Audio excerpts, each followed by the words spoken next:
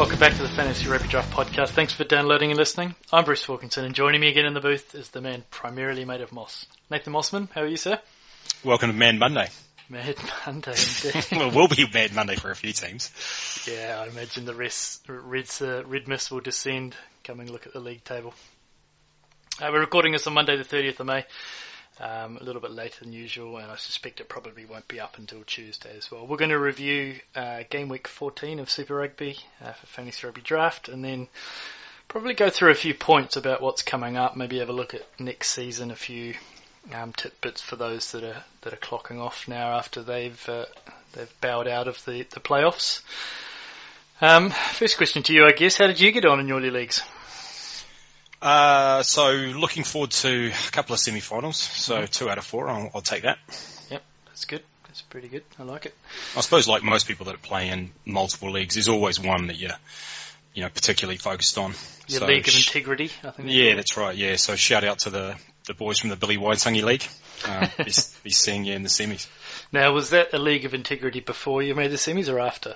I can tell you there's not a lot of integrity in that league. Indeed. Let's play straight into it then. Highlanders Hurricanes. What did you make of this match? This is pretty tight. Bit of revenge from the Hurricanes. Yeah, it felt that way. I just thought they'd come to play. They did. Look anything else. Yeah. What would you like to start on a positive note or a negative note? Let's start on the negative. Yeah. Okay. What's Julian Severe up to on the wing? Well, I think I suggested to you during that match that last year must have been a contract year or something.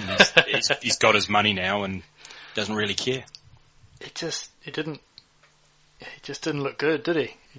I don't know whether it's, he's up against pretty good opposition, and New Zealand derbies are always a bit of an arm wrestle, but just little elementary things like carrying the ball in the wrong hand 2 or 3 times, and not knowing where his sideline was, just kind of running down dead alleys and getting. It's a bit like Andros Townsend used to do and Theo Walcott used to do. Just run down the tram lines and ball goes out for a goal kick.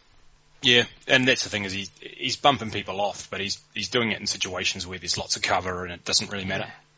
Yeah, that's right. On a more lighter note, more positive note, Matt Fadders seems to be keeping up. I thought he might have a bit of a tighter game. Now, it did come from, it wasn't a break necessarily that was from him, it was from an outrageous bit of skill from Sopawanga. But he continues to put up points. He does, and I guess it sort of highlights the lack of enterprise in the Hurricanes midfield, who look fairly uninspiring at the moment. They do, and just to dovetail into that, how good did Ngani Lamapi look when he came out? Why is he not starting? I have honestly? no idea. I don't know. It's ridiculous. He's just he's a wrecking ball. He is, and he was probably the reason they won. He provided them a heck of a lot of go forward when he came on. Yeah, absolutely. He got them in really good positions. Just on Sopawanga's bit of skill, I don't know where you come down. That should have been kept up your sleeve, right? That needs to be kept up your sleeve for a grand final, surely. Surely. I think you'd do that in the grand final. He's probably got some other trick he'll try there. Sure, maybe the left foot or something. Yeah, that's nice. Or he might do the dummy one where he looks like he's going to do it. Interesting. And then doesn't. Then sticks it up the jumper. Just backs into it. Maybe he could banana it to the left winger or something. Yeah, interesting. Tony Brown, eh? Radicalised thinking. Well, he was that kind of player. Yeah. Not. The claw. Does anyone actually, does this matter? But I'll be interested to see where you come down. Sam Cane or Adi Savir? Now, I don't know. I don't want you to tell me what you think Hansen ought to do, but who would you have there? I'd go for Adi. I would too. It's just different class. Now, Cane was awesome and pretty good against the Waratahs, and has been pretty good all season, and obviously a bit of a part of the senior leadership group. But man, Severe, he just keeps going to 80 minutes, and he provides that. You just don't see that kind of player running away from backs. Any more players from this? I thought we'd get through the review fairly quickly this time, but any more from this match? Highlanders have got a good run in, so that's why we kind of highlighted Faddis and keep an eye on Lamapi as well. But obviously it's the Hurricanes. But for Faddis, probably a few people sitting on a few waiver wires, I think, with him. Yeah, probably. It is a good run, and obviously it is away from home. But with the New Zealand conference being so tight, I don't think there's any chance of anybody being rested or any foots being taken off the break at all. So, yeah, it shouldn't be an issue. Fekitoa again, though, not exactly covering himself in glory. However, fixtures to come up, and it is a New Zealand derby, so not a great representation. There wasn't a hell of a lot of big scorers in this match. Waratahs Chiefs, so your beloved Waratahs. My first note here is that Israel Folau is quite good. Yeah, I chatted to a few people over the weekend about this, and I think you can kind of put you can put any concerns about playing centre, I think, to bed. When you've got a guy that's that good, I don't think it matters. Yeah, length of the field helped. It was quite funny, that rundown, wasn't it, watching Mackenzie kind of nip at his heel like a little terrier when he's trying to get close. I think it was slightly odd because at one point it looked like Cruden was going to run him down. And then that's right. Kind of just eased off, perhaps thinking someone else would do it. But yeah, Menezes not express, but hey, you don't need to be. No, that's right. That probably was the pivotal point of the game, to be fair, that the Chiefs had been on attack for most of that first stanza. And they looked pretty good, and they would have scored in the corner there with Pulu, but Folau just read it and took it the other end, and that was a bit of a gut shot for the Chiefs. What do you make of Aaron Cruden's kicking again? I hate to keep harping on and bringing it up again, but got taken off him. Yeah, I sort of feel like I'm here constantly defending Aaron Cruden, which I'm... If he keeps getting the kicks taken off him, you're going to have to keep on doing that. Yeah, look, I don't know. I'm not here to defend him. It just is what it is. Yeah, that's true. It is what it is, and he scores pretty good points anyway. He's still, with all of the troubles he's had with his goal kicking this season, he's still in the top 5 fly halves, and he scored very well this week in 23, 24 points or something. I thought Callaway looked a little bit better, but I think this is symptomatic of, I think the whole Waratahs team looked quite good as well. I don't know how much you put down to Rob Horne. I didn't see a hell of a lot of him. That was really the only significant change they made. But when the Waratahs play like this, Hooper plays well, doesn't he? He's the perfect kind of... Yeah, I'm not saying he doesn't play well when the Waratahs up against it, but he just puts the cream on the top in these types of performances, doesn't he? Yeah, he does.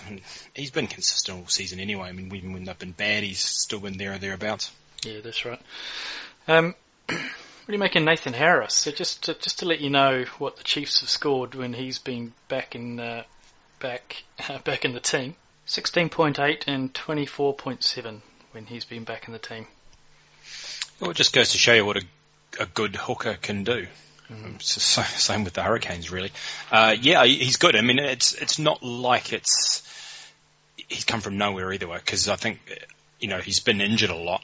But up until that point, the All Black selectors have always liked him. I think he's somebody that's been earmarked from quite an early age. Right? Yeah, so this shouldn't come as a massive surprise, really.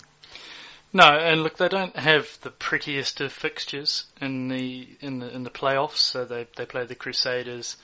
They have a decent one in round 16, depending on which direction you think the Reds are going. But that's in Suncorp, so I imagine there to be a bit of running rugby there, bit of classic running rugby, as long as there's not too much sweat on the ball.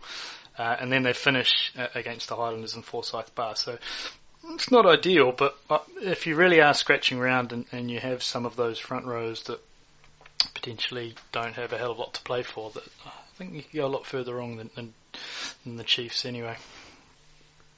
Anything more from this match you wanted to pull out? There wasn't really, no, I don't think so.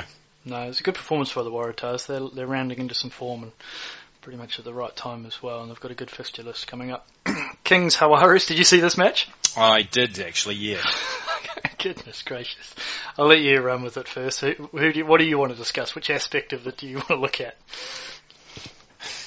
Really, from a fantasy point of view, you almost can't read a lot into it, because it was just such a shambles. It was. Yeah, I mean, I know it would have absolutely killed a lot of fantasy managers. There would have been a few, and I know of at least one who sort of doubled down with the Jags and had the front row and had Lavanini and yeah, seriously, and a few other players as well.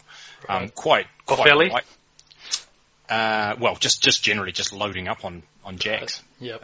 So, quite rightly expecting that this was a good fixture for them. And it probably would have been. Mm-hmm. I mean, if you consider that they were right in this game until the very end. I mean, they were leading for the vast majority of it. They were actually adding to their lead when they were 2 players down. It was only when they went 3 players down that things turned around. So, in a different set of circumstances where those things don't happen, you'd expect them to run out quite easy winners, actually. You know what I reckon would actually solve the Hawaris' ills, and it's not better discipline, although that's probably the first question you'd raise. I reckon they should play with 14 every match. Because they don't tap kick quickly underneath their own posts, they don't kick for the corners, they don't rush everything, they play territory, they play good, consistent rugby. Good, smart rugby. And as you said, they were pulling away from the Kings with 13 players. It was only when Lasana got binned that they just couldn't hold them any further. But they were playing good rugby, going for the drop kick and just really smart rugby away from home. It looked like it was going to pay off. And then that happened. Well, it sounds like what they need to do is have TV cameras at domestic games in Argentina, because clearly they think they can get away with anything. Because there's no cameras on them. And of course, you come to Super Rugby where there's cameras everywhere, all of a sudden you're not getting away with that stuff.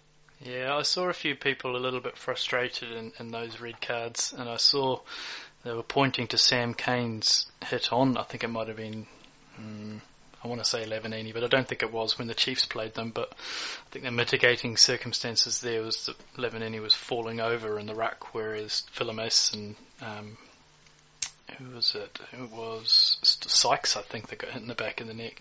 It was just direct shots to the head, and they weren't moving anywhere. Was, they were just static targets. Yeah, exactly. And I didn't have too many problems with the red, to be honest. I want to add another name to the no-fly list. Can you guess who it might be in this match? No, I don't think I can. Oh, unless it's one Martin Hernandez. Well, yeah, maybe he should be added to the list, but as you say, it's difficult. Louis Fichet. I thought he should have gone a lot better in this match, and especially with the Waharis down to 13 and 12. He just wasn't. Yeah. Tell you who did look good, though. Devold Human, the fullback. I don't know why he hasn't been playing a hell of a lot, but he looked like a live wire. Yeah, he did. Really, really good.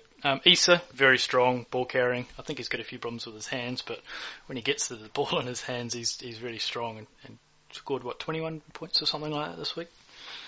Boffelli owners will be killing themselves, right? That was just a terrible 2 minutes. When they cross-kicked to him, he scored the try, got injured, and then they pulled the try back because of the Lavanini red card. Yeah, it's a catalogue. And then he's out for the season. And then he was also injured on the same play, so it was... Yeah, and today he's been out for the season. I just saw it. I think it's just devastating news. Do you want to talk about anything more? I don't think so. It was just an absolute... Shambles is a good way to describe it. It was a shambles. It was a disaster, yeah. They're just not winning themselves any favours. Discipline, you would have thought, would be one of the...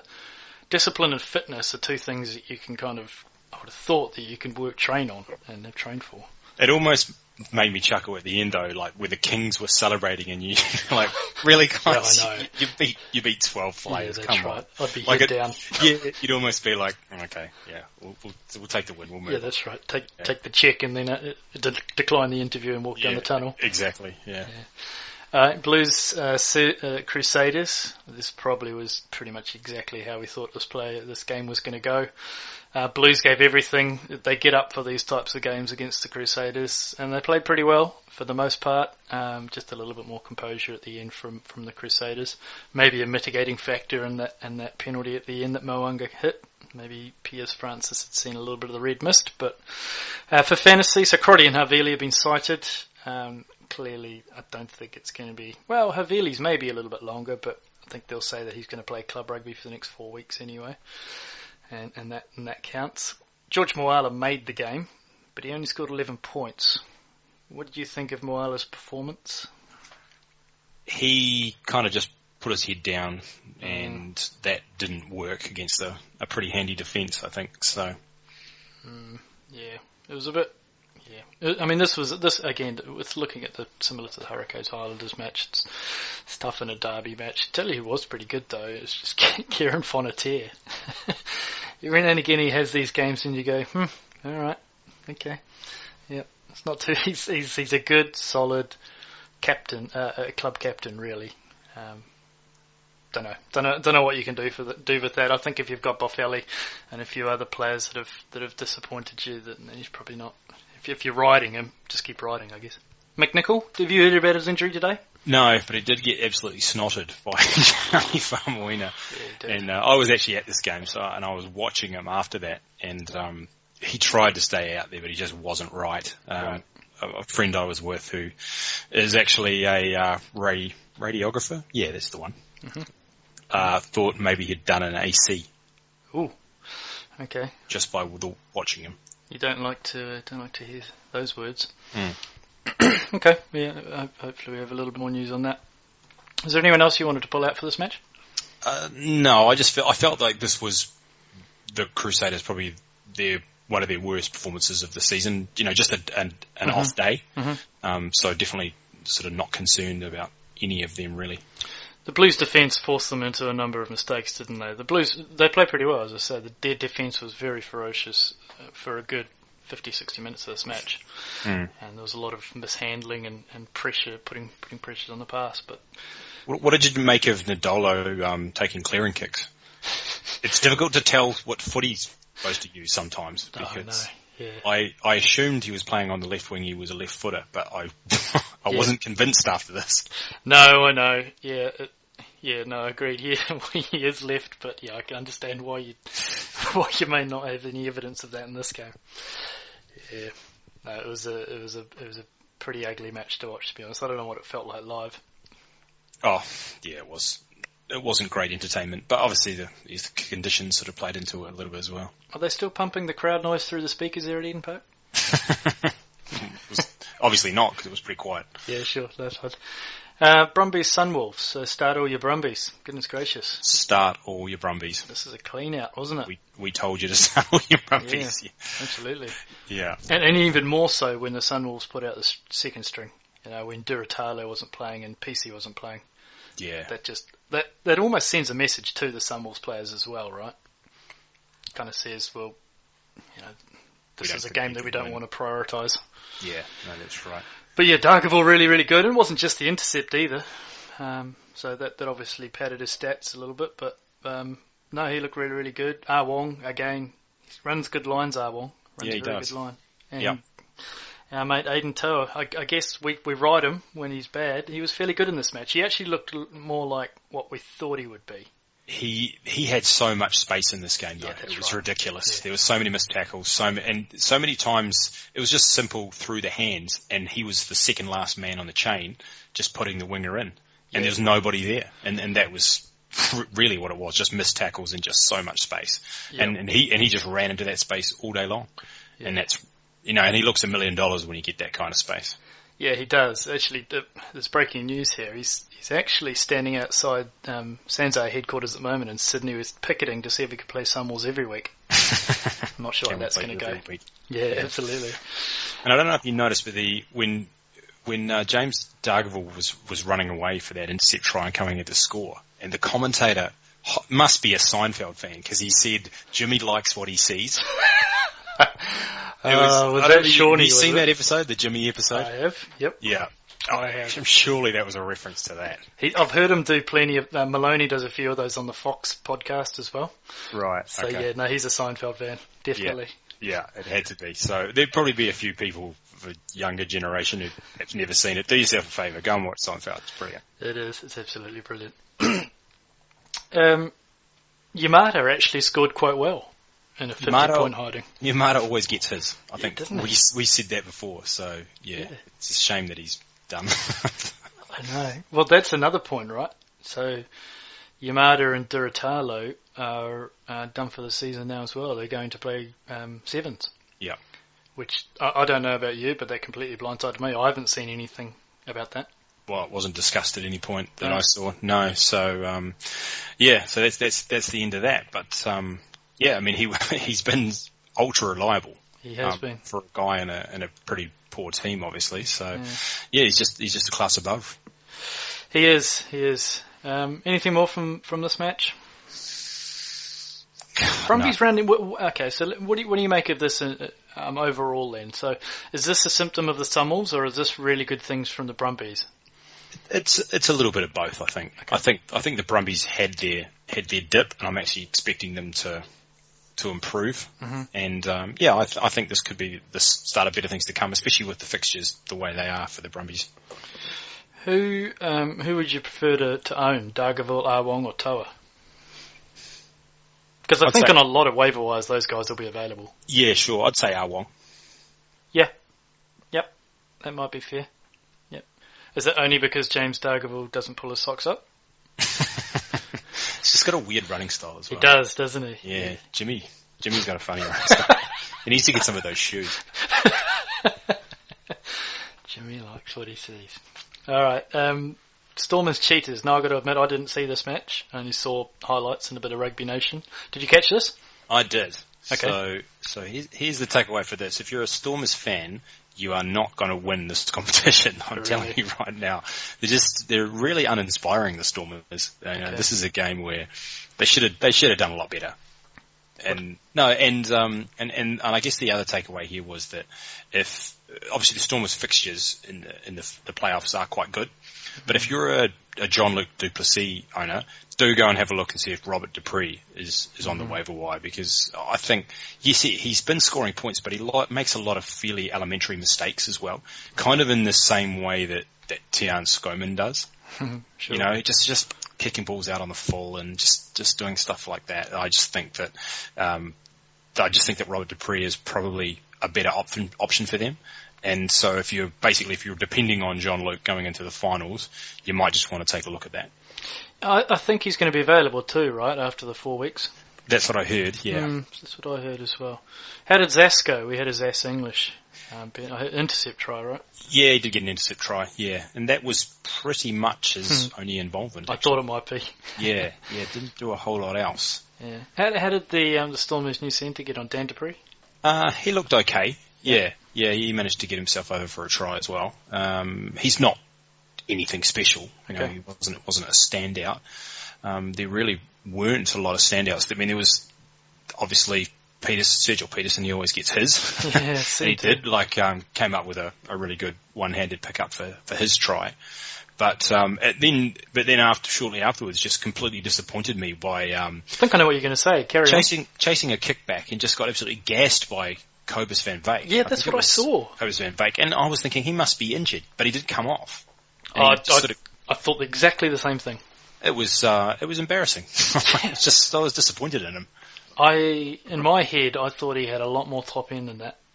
But it wasn't about speed; it was about effort. He wasn't. Oh, you reckon? Okay. He just wasn't digging it in.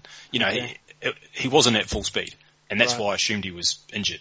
But maybe he just wasn't trying. I don't know. It was bizarre. Maybe I just. Yeah, interesting. All right. What about Damien Delende? Certainly didn't score points. No, it looked fairly innocuous, to be honest. Kind of, just sort of looks for contact, but can't get through that contact. So he's sort of not offloading and sort of not doing some of the things he was doing. Not a great advertisement for going to Japan in the off season, is it? Yeah, no, that's right. Looks like he's still recovering from that, I reckon. Yeah, I mean, Colby was stretchered off, was knocked out. Did it look bad? Yeah, it was one of those ones he was obviously unconscious immediately. Mm-hmm. Had the stiff arms and all that kind of stuff. Oh, but we're not going to see him again for 5 weeks or whatever it is, 6 weeks. So chances are by then it's probably okay. We don't know. There really weren't a lot of other standouts here. Someone who did catch the eye was Khaleesi.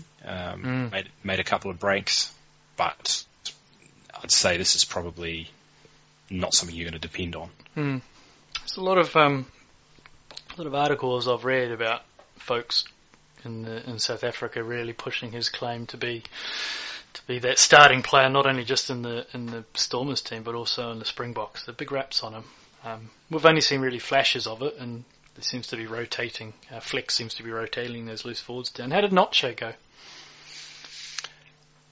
Yeah, didn't really catch the eye. Okay. Like I said, it was Khaleesi seemed to be the man that was doing that. Right.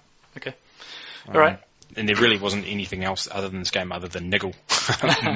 Most of it started or involving, it seemed, Van Jaarsveld, the hooker. So right. There was some handbags between the locking partners. I'm sure they'll be probably rooming together, Itzebeth and De Jager. So yeah, that was probably some of the highlights of the game. Actually, was some of the handbags. Nice. Bulls Lions. This was pretty impressive from the Lions. Really impressive. Yeah, this was a big statement, and it was basically the Faf de Klerk show. Yeah, I'll tell you what. When he clicks, he looks really good. He can make some poor decisions at times, but he is the kind of the tempo in that team, isn't he? Yeah, I mean, we like to speculate and put correlations together of things that probably have absolutely nothing to do with each other. But I'm going to speculate on one right now, and that's with Yankees not there. I just wonder whether he just assumed the Rio Ferdinand mantelpiece in this game and just decided to kind of direct traffic a little bit more, take a little bit more on himself, run a bit more. Because he was kind of everywhere and kick-started everything. Yeah, no, he looked really, really good. Boshoff looked pretty good too, right? For a guy that was bought off the street, effectively.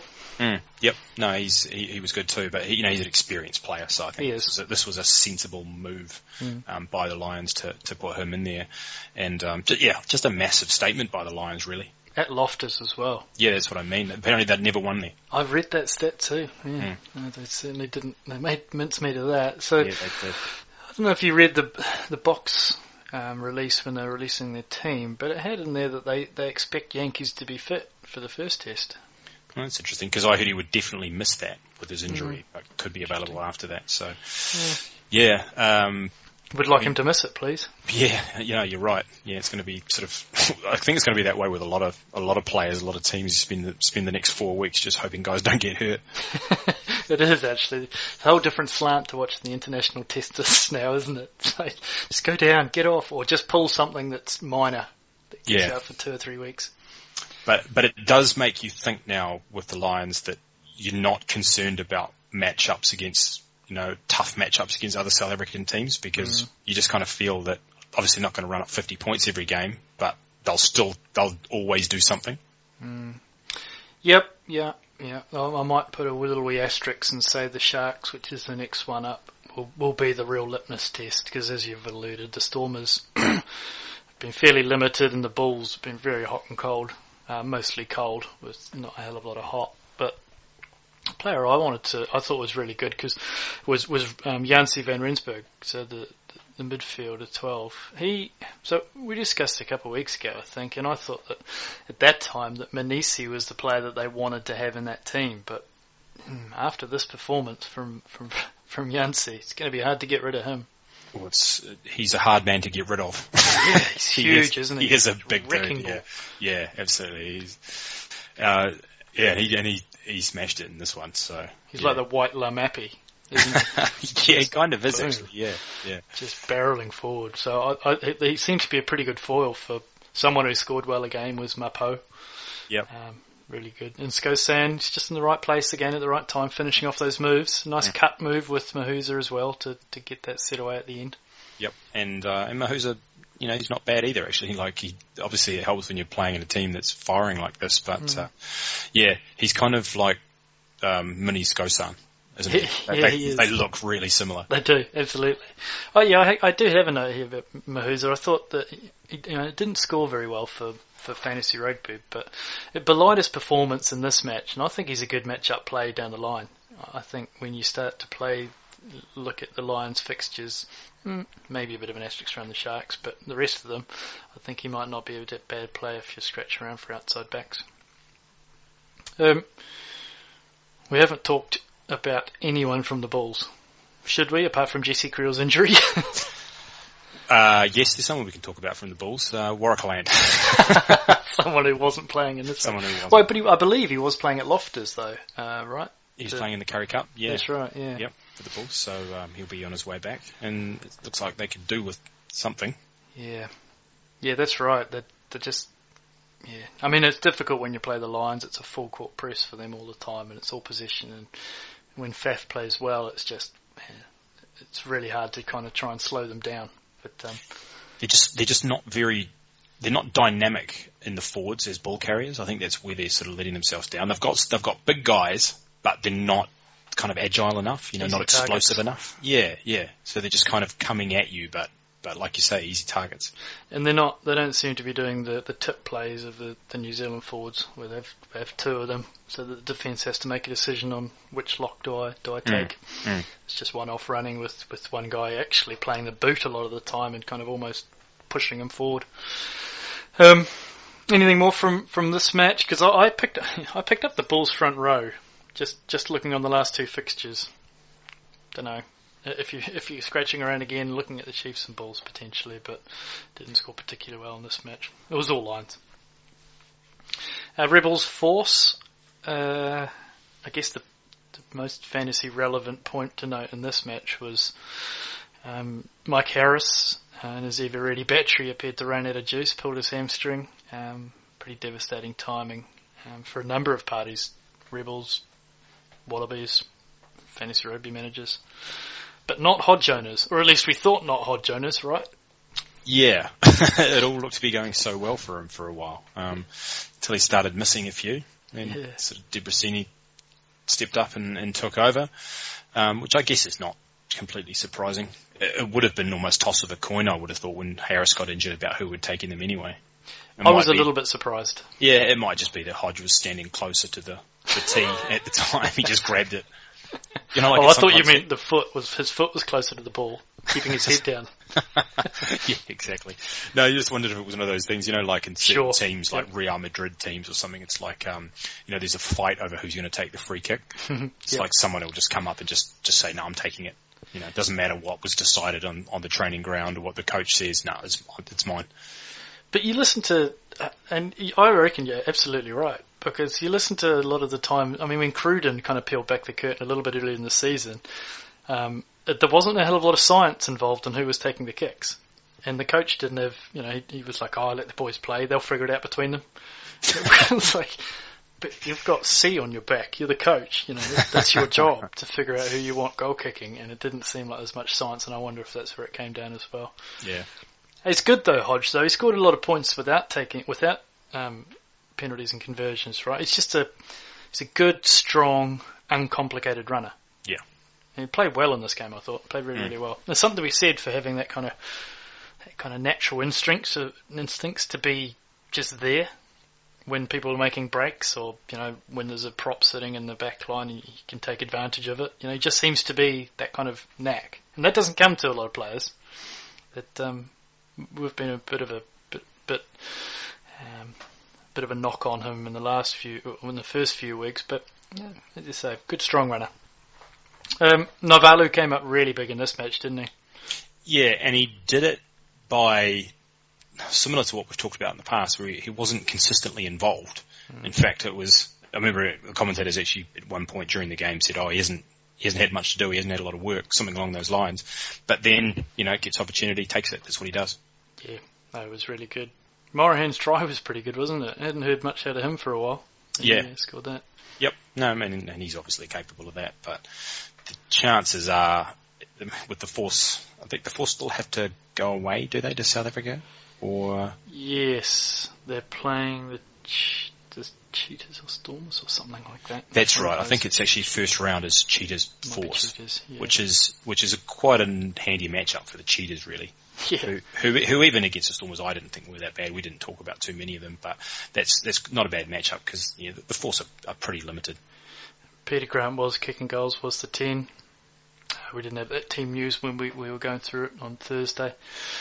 Dane Haylett-Petty in this match, I believe he got injured at one point. He did, yeah. He had a head knock, came off, got it checked, came back on. Okay. Yeah. All right, good hope. He'd be joining up with the Wallabies, I think. Mm-hmm. All right, anything more from this match?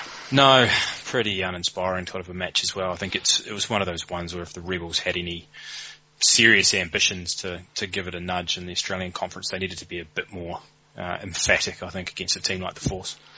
Yeah, I know. There was a quite a funny situation unravelling in the Wilkinson League, in the family league of ours, in that the old man had come back from 4 losses in a row, and he was on the brink of the playoffs, and he needed his daughter to win her matchup, and he needed to better her opposition by 75 points, and he did that pretty much in the first night on Friday night.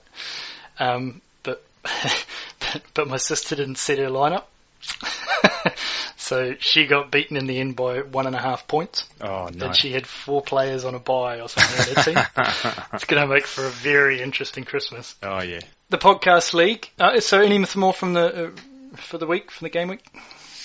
No, I don't think so. Yeah, it was reasonably high scoring, I think, if you picked the right players. The podcast league, I thought we'd have a bit of a shout out to those who made the playoffs. So sorry, just that's a really obvious statement, though, isn't it? What was that? It was high scoring if you picked the right players. It's quite low scoring, actually. If you if you picked terrible players, then you scored quite badly. Yeah, good, great analysis. That's good. That's why you paid the big bucks. That's right. Bucks lost nut. Congratulations, Ed Pye. Making the semi-finals. Just Incredibles. Justin, well done, sir. And the Underdags, Ricky Smith, getting in there to play myself in the playoffs. We had a few people drop out, which is a little bit disappointing, quite early on. So it was probably about a 7-team league.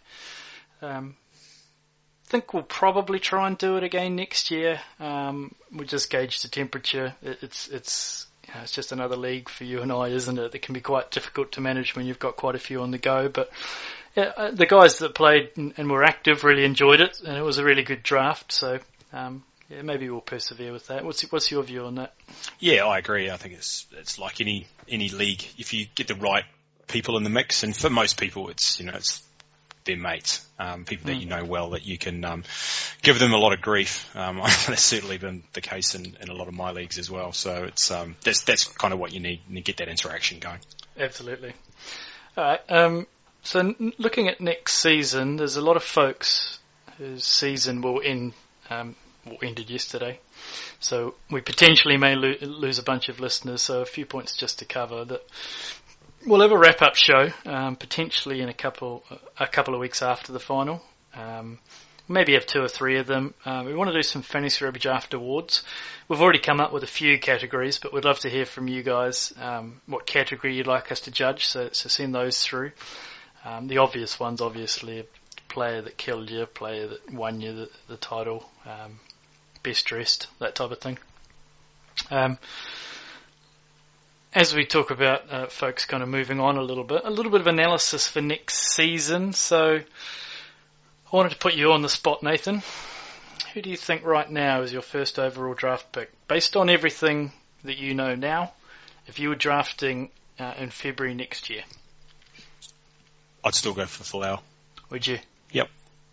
I was having this debate with someone this weekend. I think I might go Mackenzie.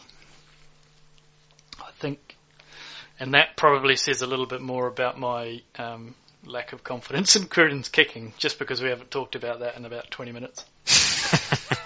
But yeah, I think. But you look at Folau though; it's crazy looking at year on year how consistent he is. He's probably the next best thing to a certainty, right?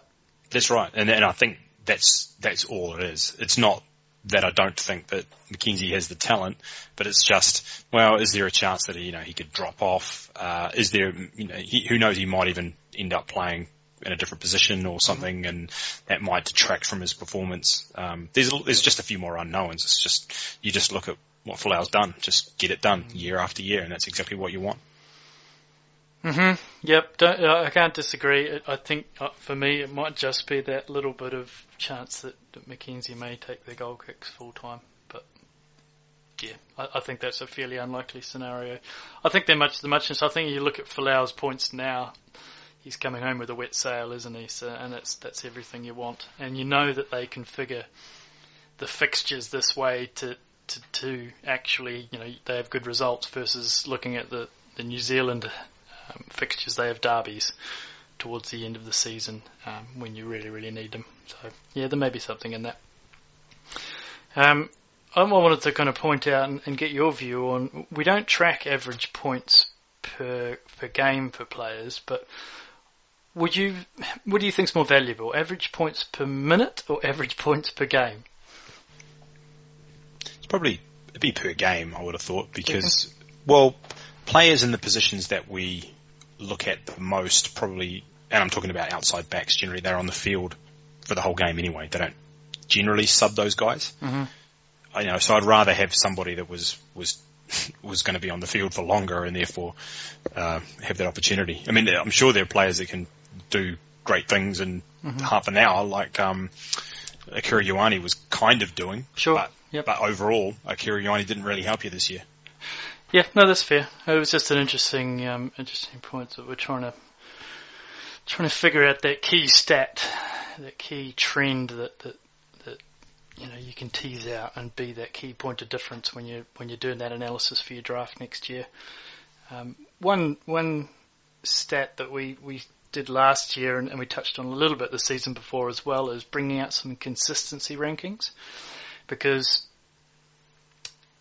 looking at average points per game can be quite misleading by looking at players like Jordan or someone who's had Sergel Peterson or something like that, someone who's had a statistically anomalous performance, like a 60 or a 50 point match, because you then look at, how often was a player in the top 10 at his position, and kind of mark that as a start or a sit or a start or a bench. And then you look across all of the players and try and figure out, okay, well, this guy out of 14 matchups, 14 game weeks, he would have been a start in 12 versus, he would have been only a start in 6 if it's a really peaky and trophy type player like a Jordan or like a Sergel Peterson. And I think personally that's got value, that consistency ranking. We've seen it in a little bit of the NFL, and for me, I don't think it gets talked about enough. Have you seen that from a guy on ESPN that produces that? I have, yep. No, I'm aware of that. I guess the other thing too would be, it's something you can do just by looking at the scores, but that's just looking at form. So perhaps, how they scored on average over the last 3 games. Because sometimes you'll look at a guy's total points and you'll go like, oh wow, that was great. Like, I'll pick him up. And he hasn't done anything for 5 weeks. Yeah, absolutely. Yep.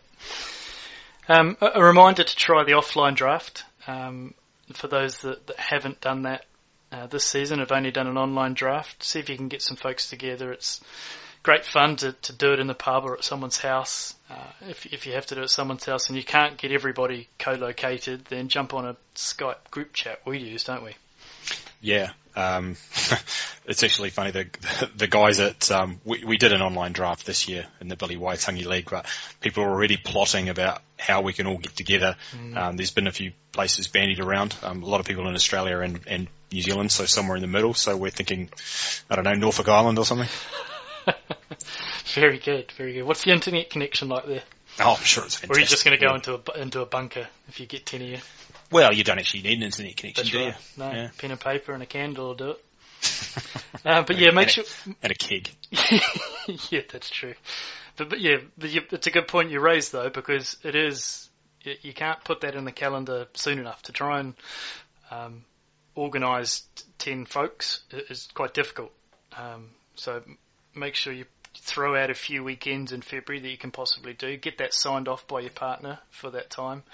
And yeah, as you pointed out, it's so much better when you do it in person. It's just great to have so many folks on site as possible. You get to stare someone in the eyes, and yeah, it makes a big difference. A lot of folks have asked us about how to get into an active Fantasy Rugby Draft league, so they've obviously been let down by a few folks as well. Seems to be a common question to us is, can you kind of bring people together? Can you show me where there's an active league? So we're going to try and figure out a way to do that. We haven't really come up with anything yet. There's one of the options could be to pin a Facebook post to our feed, and then folks can comment if they're looking to fill a team or fill a league, or if you're looking for one. But yeah, just trying to get everybody into an active league who wants to manage it pretty heavily. Anything more for you, mate? No, I don't think so. It's it's kind of sort of an unusual time now, just having such a big gap. Such a big buzzkill. Yeah, it is a little bit, because I know the guys, that are heading into the semis that I'm playing against. Everyone's kind of buzzing. So we're going to have to extend the trash talking out for another 5 or 6 weeks, which is going to be interesting. We'll really be scraping the barrel by that point. Yeah, that's right. It is going to get childish. It hasn't already? Oh, yeah, actually it has. Top scores, managers and leagues this week. So this is actually the last week for the leagues. So I'll go through the top 10 for the leagues. But first of all, the top manager for this week is Pete Marnwick. He got 232.6 Common-Eaters as the league. Mavericks is his team. That's a big score. Congratulations, sir. The top managers after 14 game weeks are Sean Kirby, number 5. Ian Strusner, number 4. Number 3 is Franco Duplessis. Number 2 is Luke Crombie. And number 1 back on top, Sam Konoski. Congratulations, Sam. See if you can keep it going for the next 3 weeks. And the top leagues for 2016 Fantasy Rugby Draft are number 10, Glorious Make Benefit Total Victory Cup. Number 9, Common-Eaters. Number 8, Gordo Bowl. Number 7, the Shiva Bowl. Number 6, the Shiza Bowl. Number 5, Turtles 2016 Comp. Number 4, Dave's Dickheads. Number 3, the Highveld Bowl. Number 2, Chip and Chase. So number 1, the B&B League. Congratulations, lad. Gus Niefling leading the way over there. Well done. Nice, absolutely. Round of applause there. Good stuff, boys. Well done. Want to see picks of your draft again. They were epic last season. Good effort.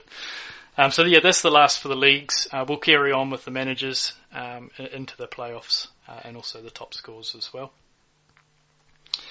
A little bit of admin. You can follow us on Twitter at Fantasy Rug Draft, Fantasy RUG Draft, or drop us a mail on support at fantasyrugbydraft.com. A little bit of admin. Our next podcast will be probably in a month's time during that first week of your semi-final. But feel free to censor any questions you have around what happens during the international break, if there's any injuries or if there's players that are starting to play well or anything that's pertinent. We'll do our best to fix something back to you. Thanks for downloading and listening. I'm Bruce Wilkinson. He's Nathan Mossman. Jimmy, I'll see you later. Back to your repeater.